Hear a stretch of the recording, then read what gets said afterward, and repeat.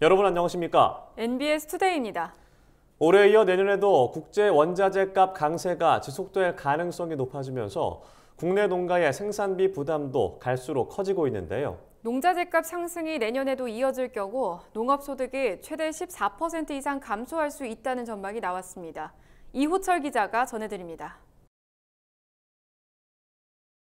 농자재 가격 상승이 내년에도 지속될 경우 농업소득이 최대 14% 이상 감소할 수 있다는 분석이 나왔습니다. 한국농촌경제연구원이 최근 발표한 보고서에 따르면 내년 비료값이 50%, 농약비가 30% 오를 경우 농업소득이 14.4% 감소할 것이라고 내다봤습니다.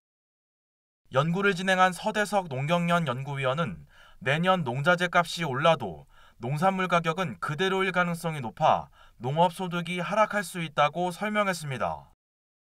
비료 가격 상승 요인에 따른 생산비가 증가를 하더라도 크게 농산물 가격이 전체적으로 많이 올라간다거나 그러지는 않을 걸로는 분석이 되었습니다.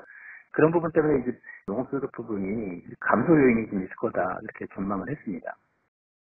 다른 농자재값 상승 요인은 제외하고 내년도 무기질 비료값만 50% 증가한다고 가정했을 경우 경종 농가의 평균 농업소득은 11% 이상 감소하는 것으로 나타났습니다.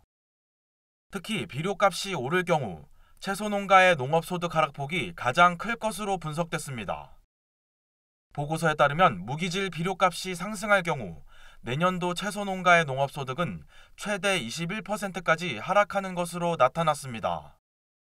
이 밖에도 논뼈 재배 농가는 최대 6%, 첨가물 재배 농가는 최대 14.4%의 농업소득이 하락할 것으로 전망됐습니다. 서대석 연구위원은 외부 요인으로 인한 비료값 강세가 농가에 미치는 피해를 최소화하기 위한 대책이 필요하다고 주장했습니다.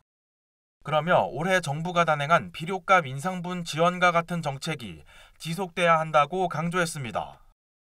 농소득 하락률은 최대 15% 정도까지 예상이 되는데 지금과 같은 지원이 지속될 경우에는 15%가 아니라 5% 레벨까지 하락폭이 완화가 될 거라는 부분이고 이 밖에도 국제 비료 원자재에 대한 모니터링을 강화하고 비료나 농약제 조시 필요한 주요 원료에 할당 관세를 적용할 필요가 있다고 강조했습니다. MBS 이호철입니다.